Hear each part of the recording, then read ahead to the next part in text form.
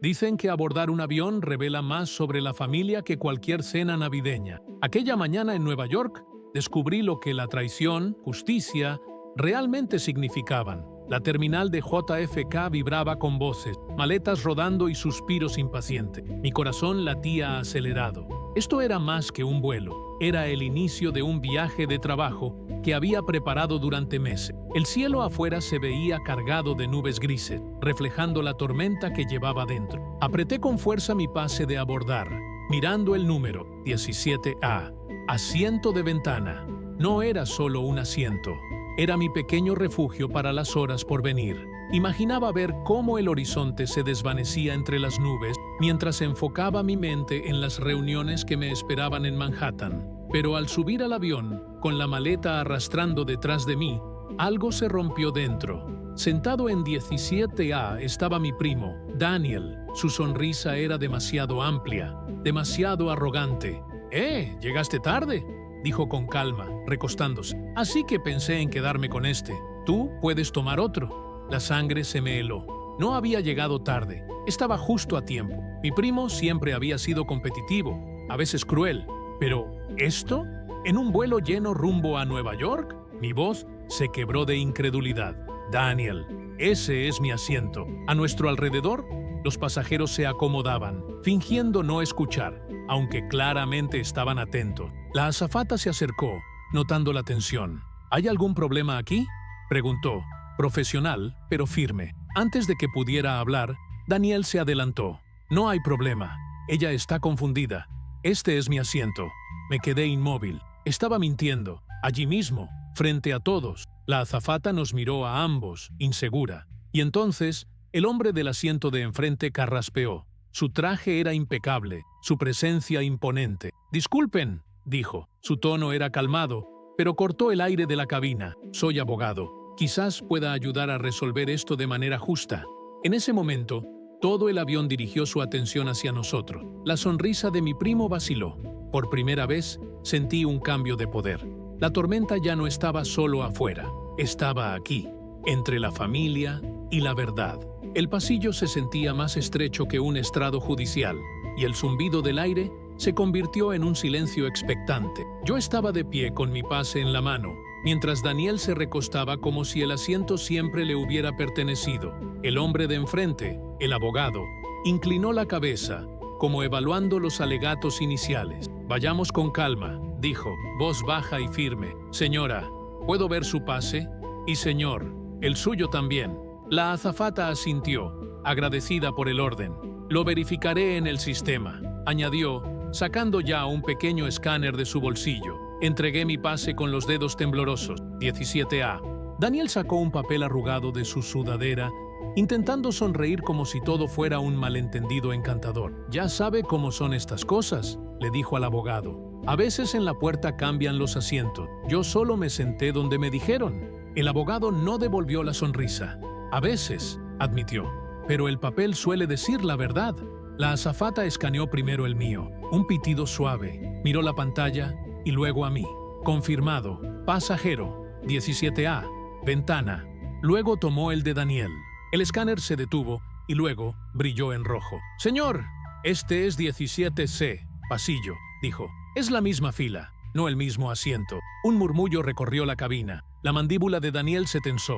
«Seguro lo cambiaron en la puerta», insistió, más alto ahora. «Hice el check-in temprano. Yo debería tener la ventana». «Así no funciona esto», murmuró el abogado, sin dureza. «Las preferencias no son vinculantes. Los boletos, sí». Daniel se encogió de hombros, pero demasiado rígido. «Ella estará bien en el pasillo». La azafata levantó la barbilla, ya sin titubeos. «Señor, por favor, muévase a su asiento asignado». Él no lo hizo. Cruzó los brazos y me miró fijamente. «Vamos, somos familia». Y en ese instante, la palabra familia se sintió como una puerta cerrándose en mi cara. El abogado miró a la azafata. «¿Quiere que aclare la política?».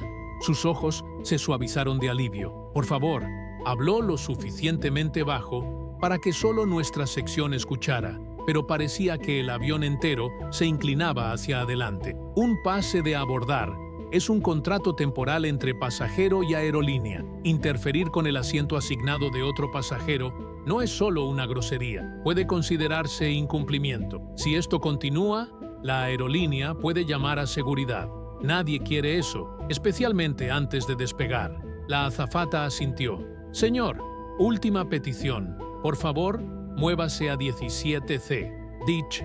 Daniel se humedeció los labios. Hizo un cálculo rápido. Podía moverse ahora y conservar el orgullo en el pasillo, o pelear y perderlo todo. Se puso de pie, pero no para irse. Se inclinó hacia mí. Su voz un susurro envenenado. Tú siempre crees que las reglas te protegen, pero las reglas protegen a quienes saben usarlas. El abogado captó la mirada y algo brilló en sus ojos. Se acomodó, eligiendo sus palabras como piezas de ajedrez. Señor, si prefiere la ventana, le cedo la mía. Mostró su pase. 12A. Daniel parpadeó, sorprendido por la generosidad. ¿En serio? Sí, pero le pedirá disculpas a ella y entregará su pase a la azafata para que lo reasigne formalmente. Nada de improvisar. Las cejas de la azafata se alzaron con una esperanza cautelosa. Puedo procesarlo, dijo. Por un instante, el trato flotó entre nosotros. Yo respiré, sin saber si aceptar aquella bondad o insistir en mi asiento original. La mirada del abogado se posó en mí, preguntando lo que no decía. ¿Quieres la pelea o el vuelo? Miré a Daniel. La sonrisa volvió, más pequeña, como un trofeo que no podía dejar de cargar.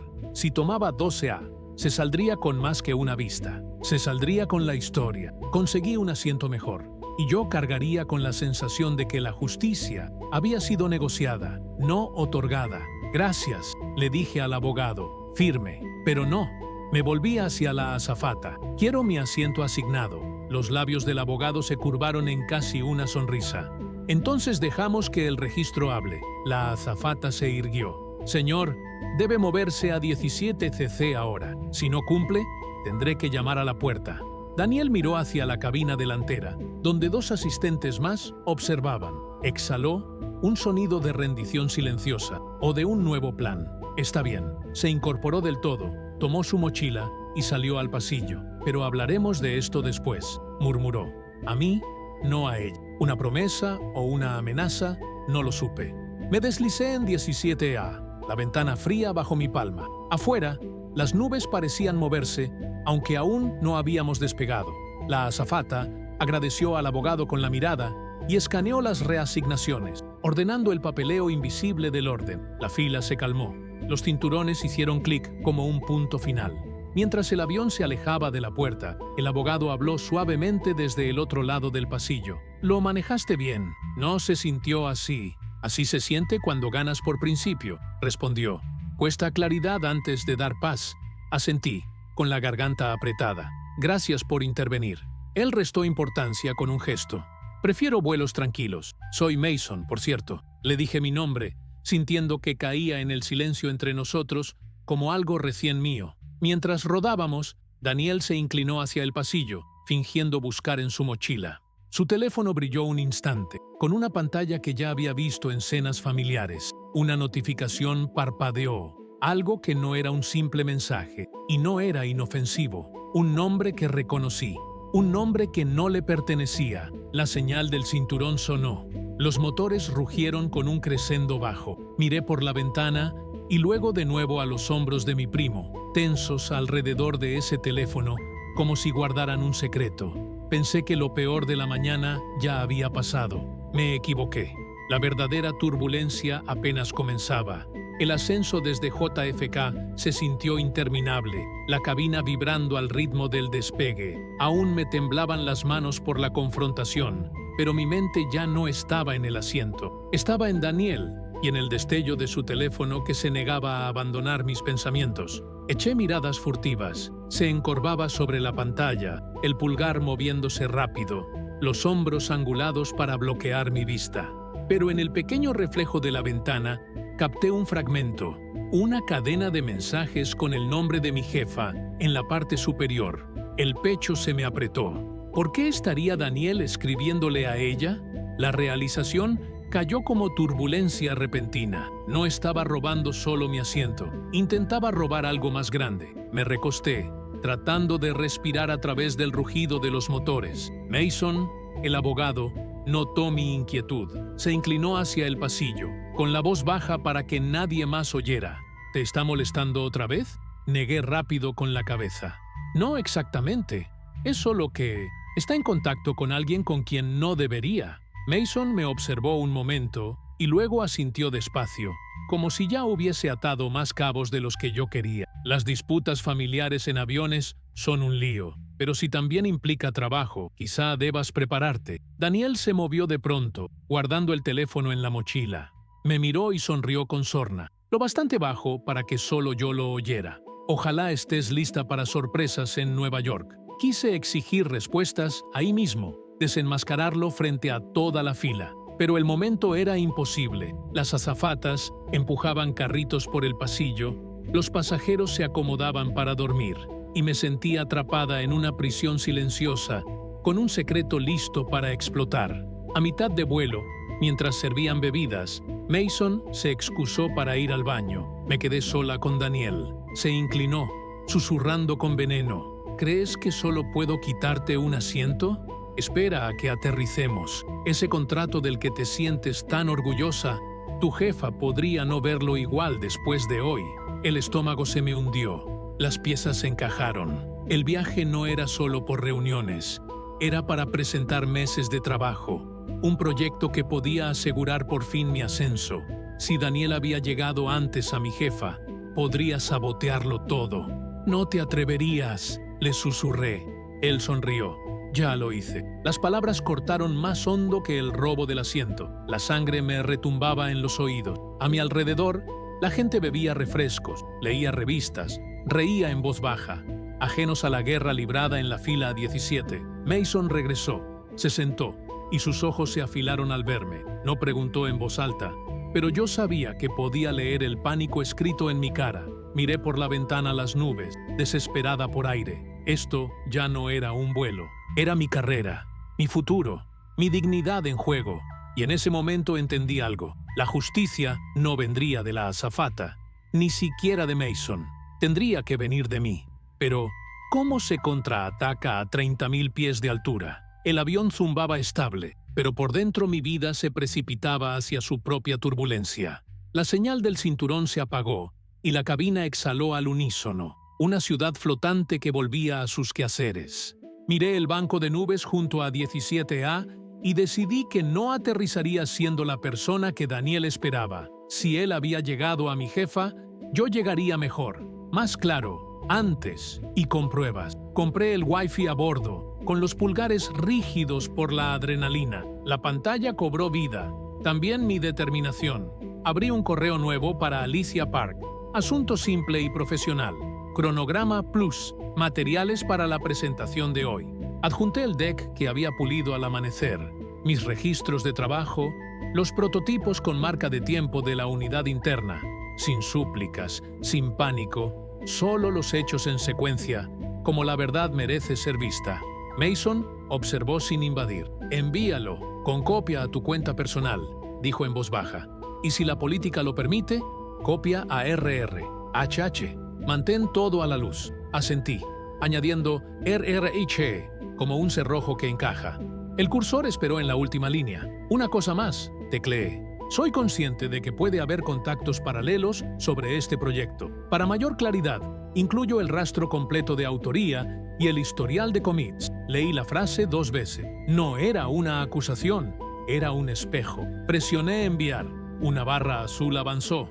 Enviando, y el mensaje voló más rápido que nosotros. El corazón se me aflojó un punto. «Bien», dijo Mason, como si hubiera oído el whoosh. «Ahora documenta el incidente del asiento, no porque te gane el proyecto, sino porque los límites importan». Llamé a la azafata. En su placa se leía R. Martin. Se agachó hasta mi altura, con una preocupación cortés. Expliqué brevemente. Éramos familia, sí, pero hubo una falsedad. Y quería dejar registrada una nota, no una queja, solo un relato factual. Escuchó con atención y garabateó en una libreta. «Lo anotaré en el informe de cabina», dijo.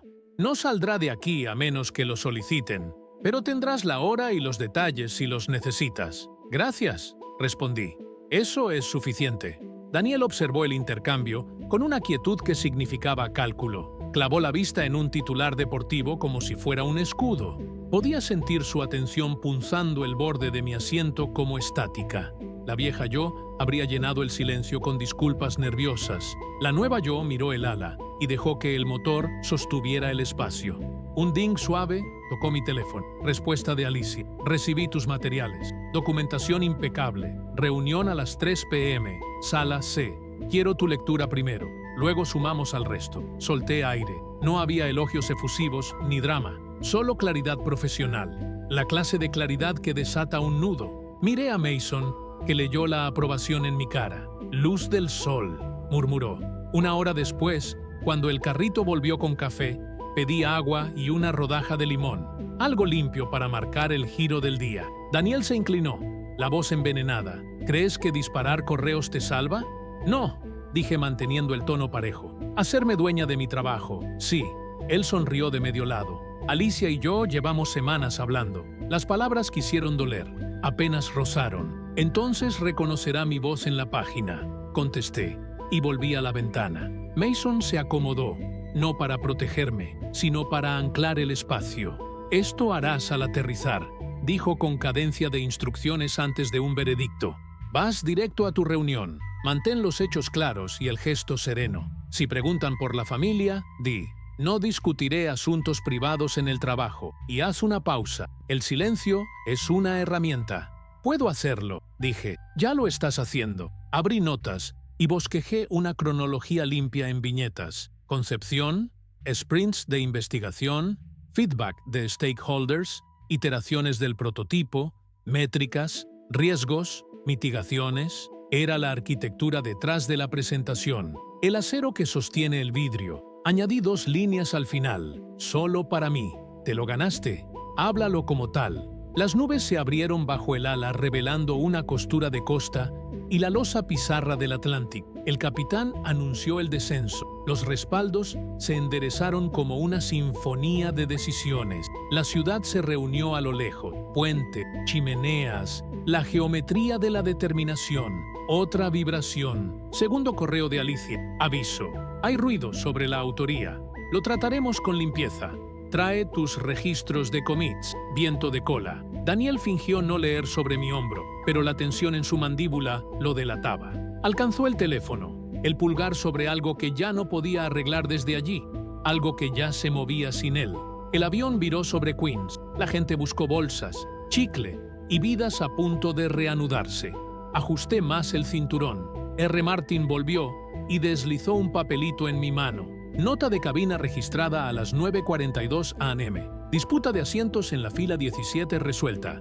Nombres anotados. Buen aterrizaje. Gracias, dije, y quise decir más de lo que las palabras permitían. Las ruedas besaron la pista. Amagos de aplauso se apagaron. Nueva York recordó que no se aplaude a la gravedad por hacer su trabajo. Rodamos lo suficiente para segundas ideas. Yo no me guardé ninguna. En la puerta, los teléfonos resucitaron el mundo. Daniel se levantó demasiado rápido, sacudiendo la fila, con la sonrisa que conocía de los asados familiares tras una mentira. No hagamos esto más grande de lo que es, dijo colgándose la mochila. Lo miré fijamente. Depende de lo grande que ya lo hiciste. La puerta se abrió con un suspiro hidráulico. Mason esperó a que el pasillo se vaciara y me ofreció su nombre otra vez, como una tarjeta de visita doblada en una frase. Si necesitas un testigo de claridad, yo estuve ahí. ¿Estaré bien?, dije. Gracias por el silencio y la luz. Asintió una vez. Ve y toma lo que construiste. Di un paso al jet bridge y sentí el aliento fresco de la terminal. En algún lugar más allá de seguridad, me esperaba una sala de cristal y una mesa que registraría la forma de las manos y el sonido de las decisiones. Apreté el agarre en el portátil, en la nota, en mí misma. Esto no iba de un asiento. Nunca fue así. Iba de quién se sienta a la mesa y quién se gana la vista. El aire de Midtown se sentía como un veredicto acelerado. Claxon, vapor, pasos. Crucé el vestíbulo de la 1221 de la Sexta. La credencial marcó en verde y el corazón más rápido. La sala C me aguardaba en una esquina de vidrio con una vista que hacía de la ciudad un plano. Coloqué el portátil y alineé cables como herramientas quirúrgicas. Si la mañana había sido turbulencia, este era el tramo de pista que yo misma había construido. Alicia llegó primero, traje azul marino, sin movimientos inútiles. «¿Te ves lista?», dijo, y sonó menos a cortesía que a permiso. «Lo estoy», respondí, y por una vez no se sintió como actuación. Se sentó enfrente. «Antes de llamar al resto, dame la columna vertebral». «¿Qué hiciste? ¿Por qué importa? ¿Cómo se sostiene?». Abrí la presentación sin prisa. El concepto surgió hace 9 meses del diagnóstico de churn de cliente. Reenmarcamos el problema como fricción en la renovación, no solo sensibilidad al precio. Lideré el sprint mapeando microfricciones, prototipé una ruta de renovación guiada e hicimos A/B en 3 cohortes medias. Resultado: Plabeltos 12,8% en ingresos retenidos y 5 días menos a la renovación. Escala sin añadir personal. No parpadeó ante los números. ¿Riesgos? Overfitting a cohortes actuales. Posibles banderas de privacidad si expandimos señales de comportamiento. Mitigación. Microcopy de opt-in y auditoría semanal. Está en el apéndice. Asintió una vez. Bien, trae los artefactos. Le mostré el historial de commits, marcas de tiempo, notas de autoría, el desorden honesto del trabajo real. Le mostré grabaciones de sesiones, trackers, incluso los primeros fracasos, porque la verdad no esconde sus moratones. Alicia escuchó sin rellenar el aire. Al final, cerró la libreta, satisfecha no por el brillo, sino por el grano. Un golpe en la puerta. Entraron 2 product leads, luego legal y, al final, Daniel se quedó junto a la puerta, con una sonrisa ensayada. «Qué bueno por fin sincronizar», dijo al aire, «no a mí». Alicia señaló la silla a su lado. «Seamos eficientes. Presentación primero, luego roles y próximos pasos». Me miró. «Empiezas tú». No miré a Daniel, miré al equipo y dejé que el proyecto hablara. La historia no fue espada, fue puente. Al terminar, minimicé las diapositivas y abrí el repositorio. «Aquí está la especificación original», dije. La redacté yo. Colaboradores etiquetados a lo largo de los sprints. Encantada de responder detalles, el silencio flotó con cortesía. Daniel carraspeó. «Aprecio la estructura», dijo, «y yo hice mucho del alineamiento con stakeholders. He estado en conversaciones con liderazgo para escalar esto». Alicia levantó la mano. «Separaremos contribuciones de crédito. Describe tus entregables específicos». A él se le crispó la mirada. Medio segundo de fricción. «Claro, yo, armé el plan de comunicación del despliegue y la narrativa para el cliente». «¿En qué fechas?», preguntó Alicia, sin tono. «Solo un clavo donde colgar el cuadro». Abrió el portátil. La pantalla se reflejó en el vidrio, y en ese reflejo, la sala lo vio. Un hilo de mensajes titulado con el codename de mi proyecto y las iniciales de mi jefa. Las marcas de tiempo, como piedritas en un sendero hacia ninguna parte. Alicia no me miró. No hacía falta. «Daniel», dijo con calma, «valoramos la iniciativa, no valoramos la falsa atribución. Si creías que tu trabajo era fundacional, se prueba en el repo, en los documentos, en notas fechadas, no en canales paralelos». Él se irguió. Estaba defendiendo. «¿A quién?», preguntó. «No agresiva, no cortante, quirúrgica». Habló legal, medida, escueta. Los rastros de autoría son claros. El correo enviado en vuelo con artefactos es coherente con los registros históricos. Juntó las manos. Recomendamos crédito primario a quien originó el concepto y llevó build y experimentación. Crédito de apoyo según contribución. En adelante las aprobaciones se consolidan bajo la líder del proyecto. Alicia asintió. «De acuerdo». Daniel intentó sonreír y no encontró músculo. «Entonces, ¿dónde quedo yo?». «Donde elijas pararte», dijo Alicia. «Si quieres aportar, lo valoraremos. Pero la próxima vez que defiendas un trabajo, hazlo con quien realmente lo hizo». Se volvió hacia mí. «Presentas al liderazgo el jueves. Estaré en la sala. Tómate la mañana para actualizar riesgos y tensionar el presupuesto con finanzas. Quiero tu nombre en la primera página». La garganta se me cerró. «Entendido». La reunión se disolvió. El papel suspiró de vuelta a las carpetas. Quedamos Alicia, Daniel y yo. Él se quedó, con los ojos pegados a todo menos a mi cara. Al final se acercó. Palabras superficiales, pero difícil. «Me pasé», dijo. «Concesión, no confesión. Seguimos siendo familia». completé. La palabra ya no golpeó. Se quedó ahí, esperando significado. La familia dice la verdad. Asintió, pequeño, humano. Enviaré una nota reconociendo tu liderazgo. La enviarás al equipo, dije, sin dureza. Y con copia a ti mismo. En el pasillo, la ciudad brillaba como un veredicto ya escrito. Presioné el botón del ascensor y solté todo el aire ahorrado desde la fila 17. Las puertas se abrieron. Alicia entró conmigo. Miramos los pisos descender en acero pulido hasta que habló.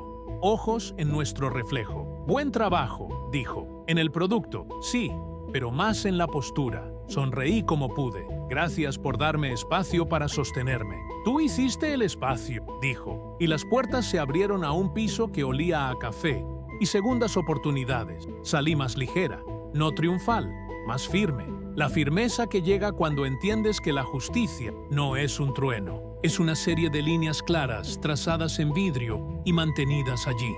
Esa noche, de vuelta en mi apartamento sobre el East River, las luces de la ciudad se sintieron menos ruido y más prueba de que yo pertenecía aquí. Me quité los zapatos, dejé la bolsa y por fin dejé que el cansancio me alcanzara. Pero el sueño no llegó. Todavía no. El teléfono no paraba de encenderse con mensajes, algunos de compañeros felicitando por el crédito del proyecto, otros de Daniel. Deslicé el dedo. Deberíamos hablar. Sabes que no quise lastimarte. Seguimos siendo familia. Cada línea fue un déjà vu de la cabina. El mismo guión reescrito en letra más pequeña. No respondí. En cambio, abrí el portátil y releí el mensaje de Alicia. Orgullosa de tu claridad hoy. Sigamos construyendo. Presentación jueves a las 10. PD. Muy bien manejado en un contexto difícil. Las palabras me sostuvieron. Cerca de medianoche salí al balcón. El aire olía a lluvia sobre el río, fresco y metálico. Abajo, sirenas se entretejían con el tráfico. El latido constante de Nueva York. Me apoyé en la baranda y pensé en Mason, el abogado, su asiento, su calma, su insistencia en la luz. Sin él, quizá aún estaría forcejeando con Daniel en la fila 17, dejando que la rabia dictara las reglas. A la mañana siguiente madrugué y troté por Central Park. Con cada zancada sentí despegar el residuo de turbulencia, una capa a la vez. La ciudad estaba despierta pero aún sin ruido. Perros corriendo, corredores asintiendo, el lago espejando el cielo. Pensé en cómo una sola decisión, defender 17A, había desencadenado defender mi trabajo, mi reputación y algo aún más difícil de medir, mi voz. En la oficina, RRHH pidió una breve reunión. Me tensé, pero el tono fue amable. Solo queremos cerrar el tema, dijo la representante. El contacto de tu primo generó confusión, pero actuaste bien. Documentación transparente, tono respetuoso. Eso importa, pausó. ¿Te sentirías cómoda si lo registramos como case study interno sobre conducta profesional? Parpadeé, sorprendida. Sí, dije. Si puede ayudar a alguien más. Más tarde crucé a Daniel en el vestíbulo. Junto a las puertas giratorias, deslizaba el dedo por el móvil, fingiendo no verme. Pero cuando nuestras miradas se encontraron, no sonrió. Asintió, como si concediera, no la derrota, sino el reconocimiento de que la historia se escribió distinto a como planeó.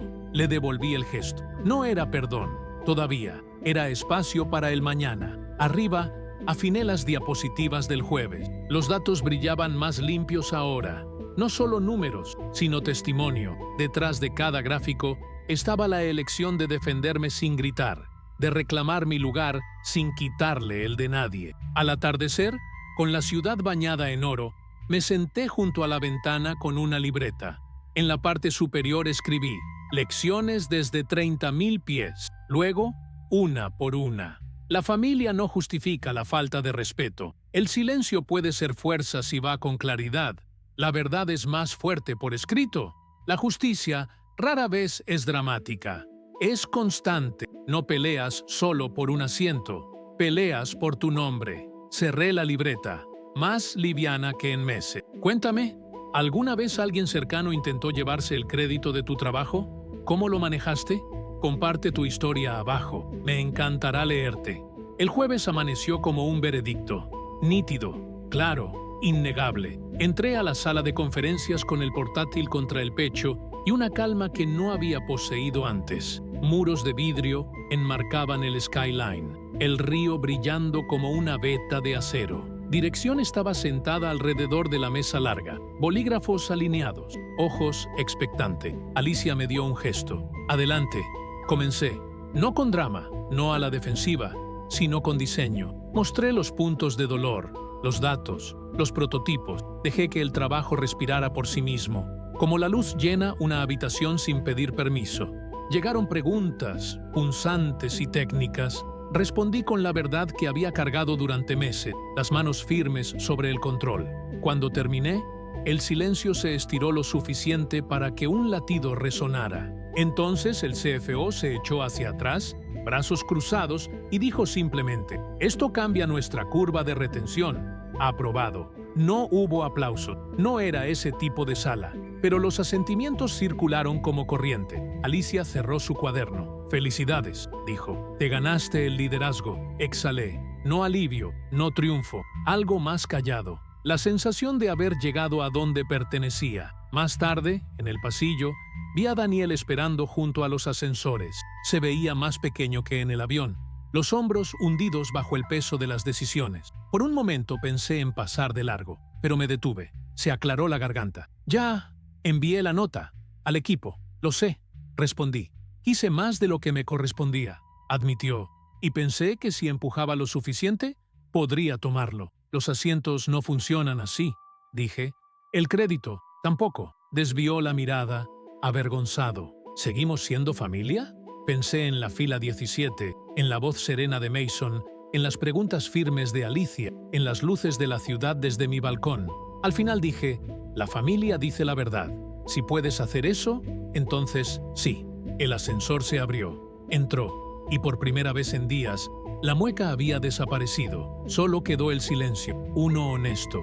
Esa tarde volví a casa y me senté junto a mi ventana. El East River centelleaba bajo el ocaso, aviones trazando arcos hacia JFK en líneas plateadas. Pensé en el asiento que lo inició todo, 17A, un simple rectángulo de tela y vista. No iba de comodidad, iba de reclamar el espacio que me gané, de negarme a que alguien reescribiera mi historia. Tomé la libreta y añadí una última línea bajo las lecciones. A veces las batallas más pequeñas te enseñan a ganar las guerras que importan. Afuera, un reactor rugió sobre mi cabeza. No aparté la vista. Ahora sabía que, pasara lo que pasara, salas de juntas, aeropuertos, tormentas familiares, me sentaría en mi propio asiento, sin importar quién intentara quitármelo, y no lo cedería nunca más.